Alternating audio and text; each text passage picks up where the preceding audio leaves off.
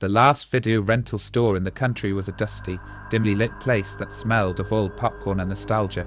The owner, Dave, had inherited it from his father, who had refused to sell it even when the internet and streaming services had made it obsolete. Dave loved movies, especially the classics, and he enjoyed sharing his passion with the few loyal customers who still came by. One night, a few minutes before closing time, a strange man walked in. He wore a long trench coat and a fedora hat that hid his face.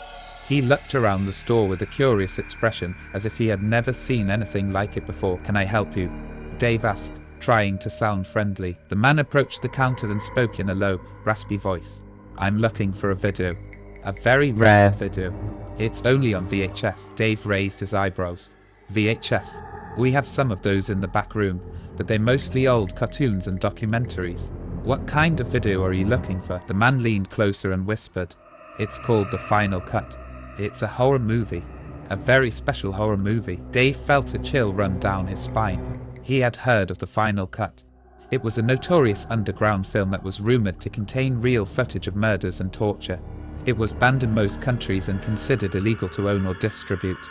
Some people said it was cursed, and that anyone who watched it would die within a week. "I'm sorry, but we don't have that kind of video here," Dave said nervously. "It's too dangerous and illegal. You should leave now." The man smiled wickedly. "Oh, but you do have it, Dave. You have it right here." He reached into his coat and pulled out a VHS tape. It had a plain white label with the words, "The Final Cut," written in red. Dave gasped. How did the man know his name? How did he get the tape? He felt a surge of fear and curiosity. "Where did you get that?" Dave asked. The man chuckled. "I made it, Dave. I made it just for you." Dave felt his blood run cold. He recognized the man's voice now. It was the voice of his father, who had disappeared 10 years ago along with his mother and sister. "Surprise, son," the man said. "I've been waiting for you to watch this for a long time. It's my masterpiece. It's the story of how I immortalized your mother and your sister, and how I plan to immortalize you too." He pushed the tape into Dave's hands and ran out of the store, laughing maniacally. Dave stood there, frozen in shock and horror, holding the tape that contained his worst nightmare. He looked at the clock. It was 11:59 p.m, so he closed the store. He wanted to call the cops, but first he had to see what was on that tape and find out what happened to his missing mother and sister. Dave felt sick to his stomach. The thought of seeing them dead was more than he could handle, but he had to know the truth. It was 10 years since he last saw them and he needed some sort of closure. There was a TV and VHS player behind the counter that he used to review videos which customers complained were broken. He popped the VHS inside the player and waited. He tried several times to press the play button, but his heart kept palpitating every time his fingers got close to the button. Finally, he took a deep breath and with a quick motion, he hit the play button. Static crackled until an image formed on the screen. It was a small room poorly lit by an old bulb hanging from the ceiling. It swayed slightly back and forth. On the ground there were two bodies, motionless. It was difficult to tell, but Dave knew it was his mother and sister. The video kept playing, but the only thing that moved was the old swaying bulb. Minutes passed as Dave looked for any movement from his mom or sister, but there was none. Then something caught his eye. In the corner a door opened and light flooded the room. He couldn't tell who the figure was as all he saw was their silhouette, but as he walked into the room and stood under the bulb, it was clear it was his father. He had a plate in his hands which he placed on a table. That could only mean his mom and sister were alive at the time the video was recorded. Otherwise, why would he bring them food? He wasn't sure if he should feel relieved or nauseated at what might come later. Dave's father walked back through the door and closed it.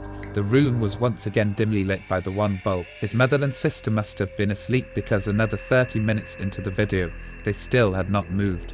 They could have been drugged, he thought. Dave rewinded the video back to the point where his dad had entered the room. He felt like he had missed something but didn't know what. When the door opened and his dad stepped inside, he saw something hanging on the wall outside the door. It looked familiar, but he couldn't place it. The video wasn't very clear given it was recorded on a VHS tape and played on an old analog TV. By this time, it was 1 a.m. in the morning and his eyes were tired of staring at the TV. He was starting to get a headache. Dave stretched his back and looked around at his store to refocus his eyes on something else. That usually prevented his headache from getting worse. That's when he noticed in the corner of the store a Flash Gordon movie poster. He had placed it there just a few weeks earlier to make the store look more retro. Dave looked back at the video on the TV and then at the poster. It was the same exact poster. Why would his dad hang it up? Was it a coincidence, or was he trying to send a message? He walked to the corner where the Flash Gordon poster hung. It looked like a normal movie poster. Nothing seemed odd about it. He pulled it down and observed the back, but there was nothing out of the ordinary, so he hung it back up. On the adjacent wall to the left was an old tall shelf that was too heavy for Dave to move, so he had just left it there when he had reorganized the store. It was full of movies and vintage video games. Something started to congeal in Dave's mind. He looked behind the shelf and saw that it was latched to the wall by a hook. It looked like it was keeping the shelf from moving. That was reasonable. Dave wouldn't want it falling on anyone, so it made sense someone had connected it to the wall. However, he had his suspicions, so he unlatched it. The shelf moved an inch forward. It was as if it wasn't touching the ground, but instead suspended by a hinge on the other side of the shelf. He looked, and there it was, a hinge connected to the wall. There was only one thing left to do, and that was pull the shelf and see what was behind it. And that's exactly what he did. The shelf swung to his left and revealed a door which Dave had no idea existed. He gasped. Had that always been there? He asked himself. The door was an off-white color and looked like it was part of the original construction. Dave couldn't believe it was there.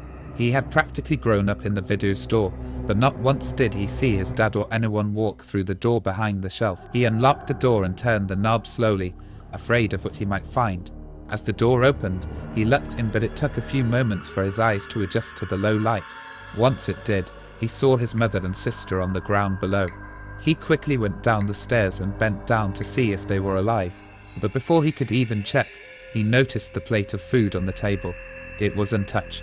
Dave's stomach sank. He had opened the store at 10 a.m. like he always did.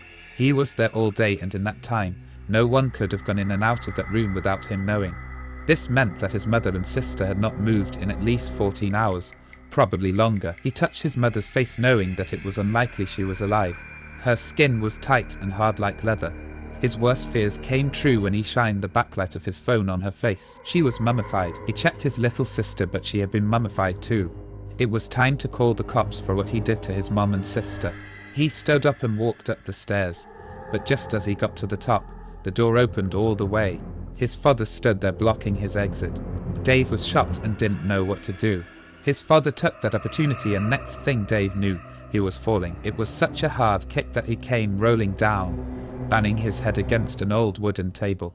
The last thing Dave saw before he lost consciousness was his father closing the door and hearing the sound of the lock. When he came to, he found himself tied to a chair. There was an old VHS camcorder on a tripod in front of him. The red light was on, so he knew it was recording.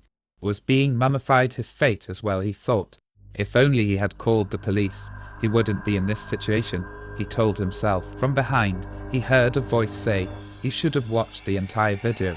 I worked very hard on it, so I'm disappointed you weren't able to finish it. Did you like what you saw? Dave, my son, I want you to be my next star. I made your mother and sister immortal.